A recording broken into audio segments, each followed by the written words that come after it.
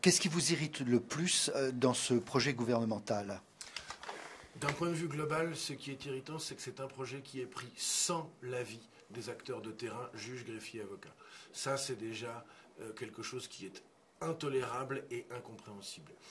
Deuxièmement, c'est une marche forcée, sans aucune concertation, et c'est surtout une réforme de la justice qui répond à une logique financière. On est en train de confier la justice à des banquiers, à des énarques, et on est en train de la retirer aux juges, aux greffiers, aux avocats. Et ça n'est pas tolérable, parce que la justice, ça n'est pas un bien de commerce.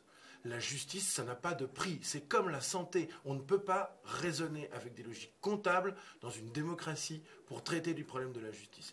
Et ça n'est pas tolérable. Alors, un exemple par rapport aux gardes à vue. Par exemple, aujourd'hui, on nous annonce que, de fait, la première prolongation de 24 heures pourra être ordonnée sans présentation à un magistrat, puisque ça la rend facultative. Et dans la foulée, on vous annonce qu'à l'issue de sa garde à vue, on va institutionnaliser le fait que vous pourrez être détenu pendant 24 heures dans une geôle du tribunal. Ce qui fait que concrètement, il faut bien que les Français l'entendent. On vous explique qu'on va pouvoir vous arrêter et que pendant 3 jours, vous allez être détenu sans jamais rencontrer un magistrat. C'est, à mon avis, pas conforme aux exigences de la CEDH. Ça n'est, à mon avis, pas conforme aux règles élémentaires d'une société démocratique. Si on vous disait que ça se passe dans d'autres pays, nous, Français, nous serions les premiers à stigmatiser ce pays. Ça n'est pas tolérable. Et je tiens à préciser qu'on est en train de nous expliquer que ceci a pour but de faciliter le travail des policiers. Les policiers ne sont pas forcément d'accord avec ça, pour en avoir un peu discuté avec eux. Et de toute façon, c'est quoi faciliter le travail des policiers? Parce qu'effectivement, si vous supprimez le recours du juge, si vous supprimez les droits de la défense, alors oui, vous allez grandement faciliter le travail des policiers. Mais vous savez, les polices qui n'ont pas de paperasse à faire et qui n'ont pas de droits à respecter, ça s'appelle plus des polices, ça s'appelle des milices. Et c'est ça aussi la résultante d'un projet de loi qui ne répond qu'à des logiques répressives et à des logiques comptables.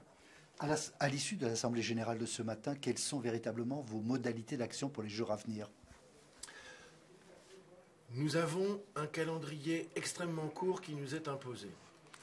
À compter de ce jour, le barreau de Nancy en Assemblée générale a décidé d'une grève totale de toutes les activités judiciaires, et ce jusqu'au 30 mars. Ceci implique que moi, en tant que bâtonnier, je ne désignerai plus aucun confrère au titre de la commission d'office. Ceci implique également que des renvois seront demandés dans systématiquement toutes les affaires. Il faut bien que les Français comprennent que cette action, elle ne favorise pas les intérêts des avocats. Cette action, elle est dans la logique de l'action des avocats, qui est une action d'humanité et véritablement de volonté de voir le service régalien de la justice se dérouler dans de bonnes conditions pour nos concitoyens. Nous ne disons pas ça en défendant nos intérêts personnels. Nous nous exprimons parce que nous connaissons le système, nous savons ce qui est bon pour les justiciables, et nous savons, et nous sommes rejoints en cela par les magistrats et les greffiers, me semble-t-il.